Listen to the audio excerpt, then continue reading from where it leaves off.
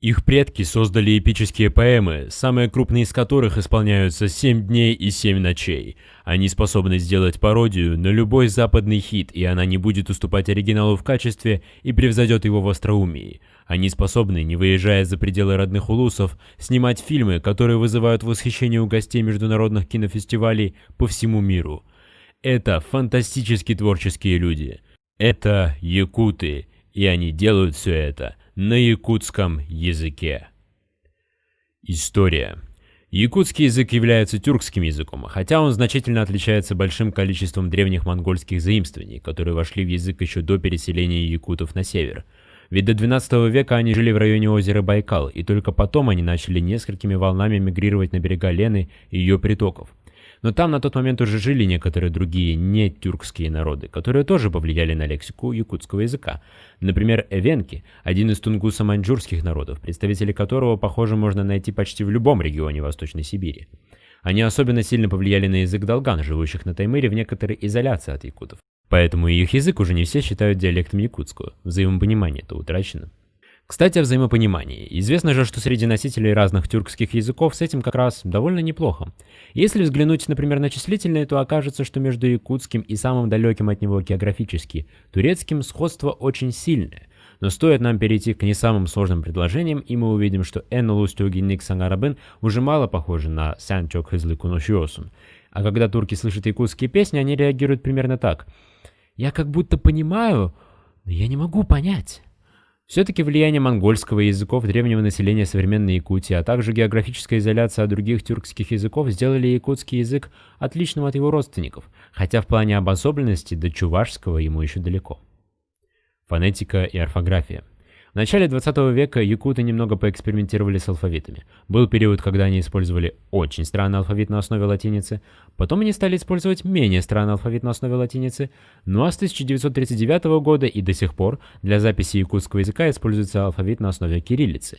При этом особенности якутской фонетики таковы, что некоторые буквы, распространенные в русском языке, в якутском практически не используются, только если дело не касается недавних русских заимствований.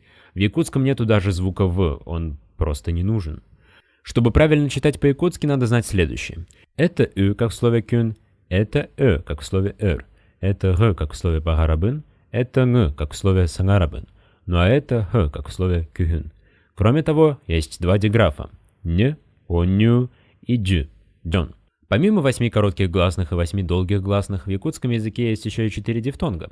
И их можно услышать в следующих словах: «бес», «кёль», «ре», «кот». И, конечно, внутри слова гласные должны находиться в очень строгой гармонии. Итак, мы переходим к разговору о том, что называется грамматика. Итак, суть гармонии гласных в том, что при присоединении к слову суффикса или окончания гласный в присоединяемом элементе должен быть таким же или похожим на последний гласный в слове. Из-за этого окончания множественного числа существуют варианты лар, лер, лор, лер и еще 12 вариантов, но теперь уже с изменяющимся согласным. Например, к слову «элджит» нельзя прибавлять окончание, начинающееся на «л», но можно прибавить окончание на «т», поэтому гости — это «элджитар». В якутском языке нет родительного падежа, он просто не нужен. Вместо этого широкое распространение получила конструкция, пример которой выглядит так. «Айлга керелере» — красота природы, «айлга» — природа, «кере» — красота, «керелер» — красоты. А последний гласный звук является показателем принадлежности, то есть отдельно это слово можно было бы перевести как «его» или «ее красоты». Эти показатели принадлежности являются личными, что позволяет одним словом выразить сочетание «мой отец», «твой отец» и так далее. Это же очень удобно. А теперь переходим к глаголам. Здесь все тоже очень удобно и очень интересно. Инфинитива нет, он просто не нужен. Можно выбрать из огромного спектра причастий то, которое больше всего подходит по смыслу, и использовать его там, где в русском языке был бы инфинитив. А спектр причастий и вообще глагольных форм в якутском языке просто огромный. И это при том, что глагол можно образовать от чего угодно, даже от этого слова. Москвала, едь в Москву. Москвала-та, он недавно уехал в Москву. Москвала-бы-та, он давно уехал в Москву. Москвала-бы-тах, он как-то раз ездил в Москву. Москвала-бы-тах, оказывается, он не поехал в Москву. Но можно выжать максимум из более простых глаголов. Бар – иди, Борис – иди со мной, Барбахта – иди скорее, и даже Барахта, в зависимости от контекста и интонации, означает или иди, милый человек, всего тебе самого хорошего, счастья тебе, здоровья, или иди уже, надоело ты нам всем, чтобы ты по дороге сквозь землю провалился, несчастный. Фу. Лексика.